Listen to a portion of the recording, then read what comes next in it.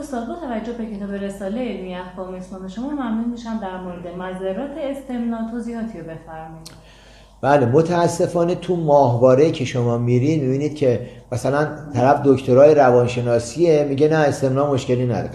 غلطه. اون چیزی که دین ما حرام کرده مطمئن باشی برای بدن ضرر داره. اونجا یه چیز طبیعیه، اشکالی نداره. نه، تحریک آلت تناسلی برای بیرون راندن منی، چه زن باشه چه مرد، اینو بهش میگن استمناء.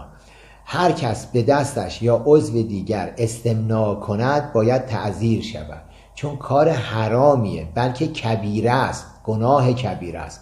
از امام صادق علیه السلام پرسیدن از حکم این کار، ایشون فرمود که گناه بزرگی است که خداوند در قرآن مجید از آن نهی فرموده و استمناء کننده مثل اینه که با خودش نکاح کرده و اگر کسی چنین کند من بشناسم با او هم خوراک نخواهم شد. باز امام صادق علیه السلام فرمود که در مورد حکم استمناء از ایشون پرسیدن، فرمود که از گناهان بسیار بزرگ و زشت سه دستن که خداوند با ایشان سخن نمیگوید و به نظر رحمت به ایشان نمینگرد.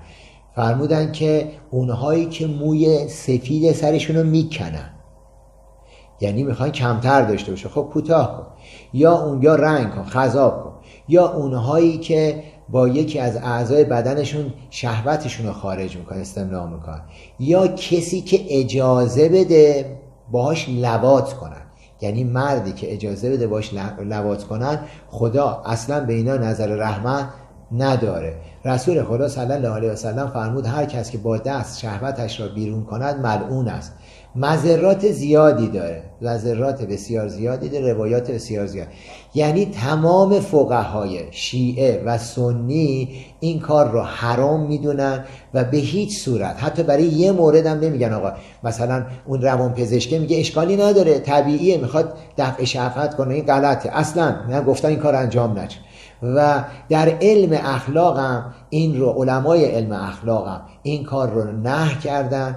عرضم حضور شما که گفتن وقتی آلت مرد حرکت میکنن عقل او زایل میشه و 2/3 عقل او زایل میشه. یادتون باشه علمای علم اخلاق اینطوری عنوان کردن وقتی آلت مرد حرکت کنن، یعنی تحریکش کنه، حرکت کنه، 2/3 عقل مرد زایل میشه. از نظر علمی هم که خیلی مطلبه، من نمیدونم چرا روان پزشکا بعضیاشون میگن اشکال نداره. وقتی که شما استمناء میکنید گردش خونتون براش مشکل ایجاد میشه. وقتی که گردش خون براش مشکل ایجاد میشه حال همه جای بدن بد میشه، حواس پنجگانتون مختل میشه، بیناییتون ضعیف میشه، چشاییتون ضعیف میشه، شنواییتون ضعیف میشه، بویاییتون، حتی حس لامستون ضعیف میشه. اونهایی که این کار رو انجام میدن باعث میشه که هم بینایی ضعیف میشه، هم تو گوششون یه سوت ممتد میان، میگن آقا گوش ما سوت میزن، این تو جوونی استمناء میکرده، بیشتر این اتفاق میفته. حالا نه اینکه ممکن مطالبی دیگه هم هست. خون رسانی نظمش به هم میرسه، حافظه کم میشه، فراموشی، حواس پرتی، رعشه به همراه داره. گردش خون که بد میشه باعث میشه که مو ریزش پیدا کنه. اونی که میاد توی دفتر من نگاه میکنم موهاش داره میریزه، من میگم آقا این مجرده و استمناء میکنه. سستی اندام ها رو به همراه داره. جوانایی که به این عمل مبادرت میکنن دچار کشمکش های روحی و اضطراب و دلشوره و دلهره میشن. حساسیت و ضعف در مراکز عصبیشون بیشتر میشه. از رشد قسمت های عصبی در زمان نوجوانی، وقتی نوجوانی این کار انجام میشه، آرامش روح و روانشون به هم میخوره. کسی که متأهله اگر خدایی نکرده این کارو میکنه باعث میشه که از رابطه جنسی با همسرش لذت نبره. اگه کسی مجرده و این کار انجام میده ممکنه توی شب هنگام محتلم بشه، احتلام مکرر به همراه داشته باشه، ضعف عضلانی، خستگی بدن، رنگ پریدگی، سیاه شدن زیر چشم، سرگیجه، عرضم حضور شما مبتلا شدن به بسیاری از اپیدمی‌ها. چرا؟ چون ضعف قدرت ایمنی رو به همراه داره. نقص ایمنی رشد میکنه، قدرت ایمنی میاد پایین، بنابراین توی یه پاندمی مریض میشه و ممکنه بیماری‌های متعدد بگیره، سرطان داشته باشه و همراهش باشه. کسایی که این کار رو انجام میدن معمولا زود انزالی هم میگیرن. فردا اگه ازدواج کنن همسرشون رو نمیتونن راضی کنن. احساس سر و صدا و کابوس‌های شبانه به همراه داره تو خوابشون. ضعف روحی به همراه داره. اعتماد به نفسشون کم میشه. این کاری که میکنن بلافاصله پشیمون میشه. آسیب‌های شدید عصبی، لاغری، لرزش، افسردگی، اضطراب ممکنه به همراه داشته باشه. ببینید چرا شرع مشروب الکلی رو حتی کمشو مجاز نمیدونه؟ به خاطر چی؟ وقتی شما مشروب میخورید، کم میخورید، بهش عادت میکنید، باید افزایشش میدید. این عمل اگر یه روانپزشک رفتید گفتید اشکال نداره یه بار این کار انجام بده، یعنی این دیگه زیاده خواهی میشه براتون. به هیچ صورت شما این کار انجام ندید اگر خودتون رو دوست دارید. خانوم ها هم این کار رو انجام میدن، زنان، حتی زنای دهه 80 سالگی هم ممکنه این کار رو انجام بدن. علاوه بر این بیماری هایی که من گفتم به همراه آقایون هست، برای خانوم ها ممکنه دختر خانوم آسیب به پرده بکارتش بشه، ضعیف شدن قوای جنسیش باشه. طرف دختری ازدواج نکرده، باکره است، خود ارضایی میکنه. وقتی که ازدواج میکنه این دیر ارضا میشه، همونجا اختلافات شروع میشه. احساس درد ممکنه به همراهش باشه در زمان قاعدگی، بی‌نظمی در قاعدگی به همراهش میاد، اختلال در رشد سیستم عصبی مغز، خسته میشه. عرضم حضور شما تراوت دخترونش رو از دست میده، انرژیش کم میشه، قدرت حافظه کم میشه، عدم تمایل به جنس مخالف پیدا میکنه. اینایی که میرن لزبیان میشن، اینا کسایی هستن که از خود ارضایی شروع کردن. ممکنه ناباروری به همراه داشته باشه، برق موشون کم میشه، ریزش مو زیاد میشه، چهرهشون اون شادابی رو دیگه نداره. و درمانش چیه؟ چی میتونه باشه؟ یک، بین طلوعین بیدار باشی. بین طلوعین، قبل از نماز صبح، بعد از نماز صبح، قبل از طلوع آفتاب 11 مرتبه سوره قل هو الله احد رو بخونی. روی شکم نخوابی. از ازدواج موقت استفاده کنید. دختر خانوم ها با اجازه پدر مادر اونا زودتر باید ازدواج کنن، ولی از ازدواج موقت استفاده کنن. آقا پسرها میتونن استفاده کنن. وقتی که کسی میخواد این کارو کنه فکر کنه خدا داره میبینتش، امام زمان داره میبینتش. امام زمان که شما گناه میکنی گریه میکنه.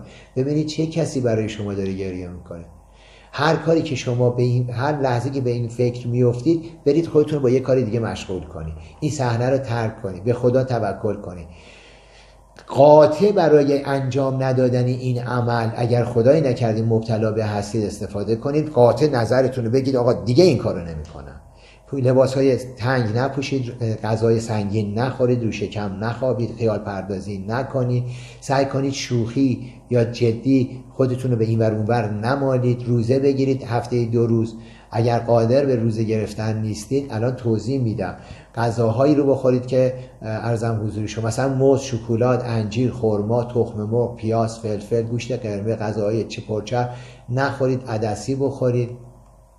سعی کنید مرتب دستشویی برید، مثانه‌تون رو خالی بکنید. اگر میرید حمام، پسرایی که تازه بالغ شدن میرن حمام در قفل نکنن، نگران باشن که یکی داره میاد تو، زود کارشون رو انجام بدن بیان بیرون. خیلی مطلب هست. بیشتر خوراکی هایی که استفاده میکنید میل جنسیتون رو کم کنید، مثل انار ترش، انار شیری، عدس، جو، ماهی و شعیر، سماق، قوره، سرکه، تخم خرفه، کاهو، تخم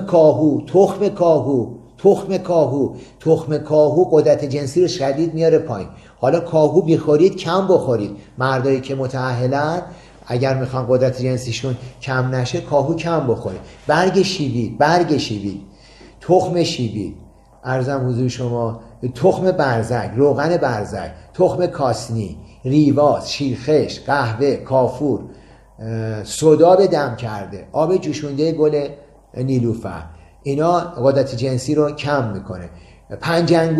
پنجانگشت برای مردا، سداب، ارزن، پودینه، رازیانه برای مردا، شیبید، گیشنیز، شاهدونه، مرزنجوش، عرضم حضور شما، ریشه اسپرزه، کدو، تاجریزی، ترشیجات، آب سم، مدرات عرق، مدرات بوق، اونایی که ادرار رو زیاد میکنه. البته استثناء یادتون باشه خربوزه و هندونه قدرت جنسی رو بیشتر میکنه. آب انار، آب قوره، آب لیمو، آب نارنج، عرضم حضور شما، آش تمر هندی درست کنید بخورید، آش سماق بخورید. کاهو، تخم کاهو رو گفتم، ترخون، قرقرود، سرکه با روغن، کافور. من اینکه مثلا شنیده بودم توی سربازخونه ها میدن، البته من پرسیدم دیدن نمیکنن این کارو. برگ تمر، ماست، گیاه گنگنه، شیرخش، ریوند چینی، اینا خیلی مهمه. سعی کنید نارگیل و موز و پسته و تخم مرغ و اینا میل نکنید که اینا مجموعاً جلوگیری میکنه از قدرت شهوت بالا. بنابراین اون مطالبی که من عرض کردم رو توجه کنید چقدر مضرات داره و این رعایت هایی که عرض کردم رو انجام بدید. ممنون است.